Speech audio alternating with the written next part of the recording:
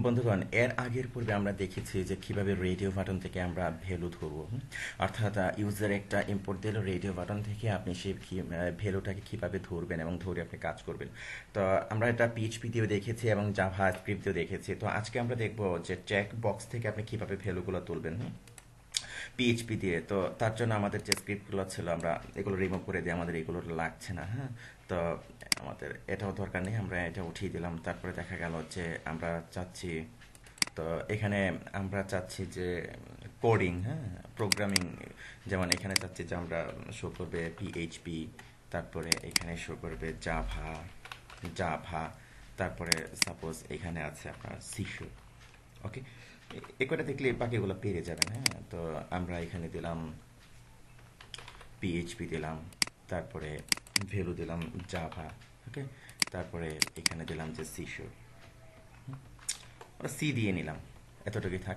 তো তারপরে এখানে আমরা দিলাম যে কোডার কোডার নেম, এটা দিলাম, এটা দিলাম। তারপরে এখানে ইম্পোর্ট টাইপ দিলাম কি সাবমিট ভ্যালু সাবমিট, আমরা এর একটা নেমও দিয়ে নিই। হ্যাঁ, সরি, নেম কি দিলাম, সাবমিট। ওকে, গেল। তো গেল। এখন তো এটা হলো অ্যাকচুয়ালি কোডার, হ্যাঁ, অথবা ল্যাঙ্গুয়েজ ল্যাঙ্গুয়েজ সেভ দিলাম। তো একটু রিলোড দিয়ে দেখি। হ্যাঁ, চলে আসছে, এই যে আমাদের ইয়েগুলো চলে আসছে। তো আমরা চাচ্ছি যে এটা চেক বক্স হবে, হ্যাঁ, রেডিও বাটন না। তো তার জন্য আপনি কি করবেন, এখানে চেক বক্স লিখবেন। ওকে, চেক বক্স এটা কপি করবেন, কপি করে এটাকে আপনি সবগুলোতে দিয়ে নিলেন। সেভ দিলাম। তো সেভ দেওয়ার পর যদি রিলোড করি, তো আমরা দেখবো যে এই যে চেক বক্স চলে আসছে, তাই না?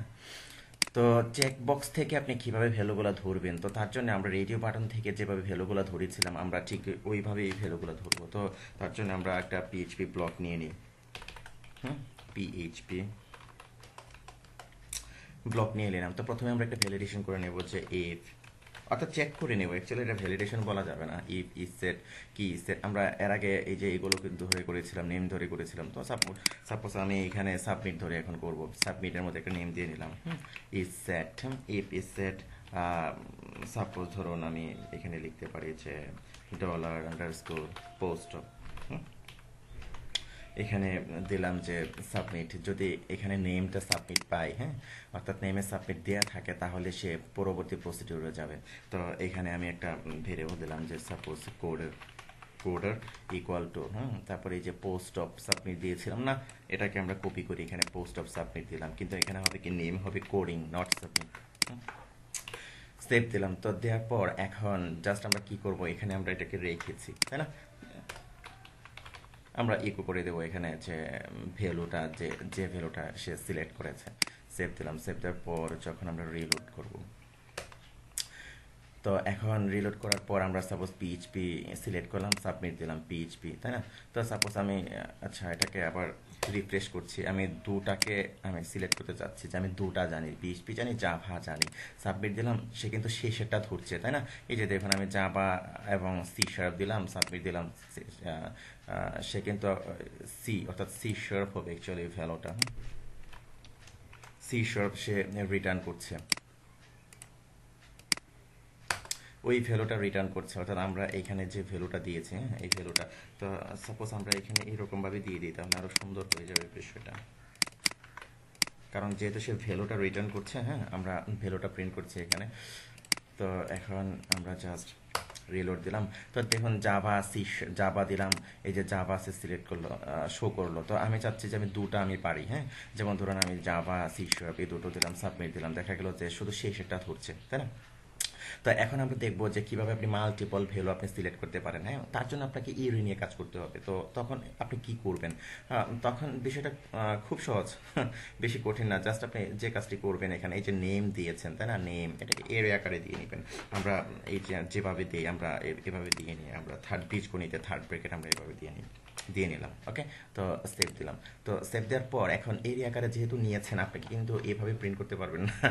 মানে আপনাকে প্রিন্ট করতে হবে এখন ফর ইচ লোভ দিয়ে। এর আগে আপনাদের শিখিয়েছি কিভাবে ফর ইচ লোভ কাজ করে। হ্যাঁ, তো জাস্ট এখানে আমি একটা ইকো দিয়ে লিখতে পারি যে ইউ হ্যাভ সিলেক্টেড, সিলেক্টেড, তারপরে এরকম জাস্ট। এখন আপনি কি করবেন, ফর ইচ লুপ লিখবেন, আপনি ফর ইচ লুপ দিবেন, ফর ইচ। তো ফর ইচ লুপের মধ্যে আপনি কি করবেন, এই ভ্যালুগুলোকে, এই যে ভ্যালুগুলোকে একটা একটা করে প্রিন্ট করবেন। তো তার জন্য আপনি প্রথম যে কাজটি করবেন, এখানে আমি ধরেছি কি কোডার দিয়ে আমি ধরেছি, তাই না? আমি এখন এখানে আমি লিখবো যে কোডার, আমরা দিলাম সাপোজ এজ ভেরিয়েবল ল্যাং, তাই না? তো আমি ভ্যালুগুলা এখন শো করাতে চাচ্ছি, তাই না? তো ভ্যালুগুলো শো করাতে চাইলে এখানে সাপোজ আমি ভ্যালুই দিলাম, হ্যাঁ, ভ্যালু। তো ফর এইচ এর মেকানিজমটা আমি বলছি না, কারণ আপনি যদি না জেনে থাকেন, না বুঝে থাকেন ফর এইচ, ফর লুপ, তারপর আরও যে লুপগুলো আছে আমাদের পিএইচপি ফান্ডামেন্টাল টিউটোরিয়ালগুলো, এগুলো দেখবেন।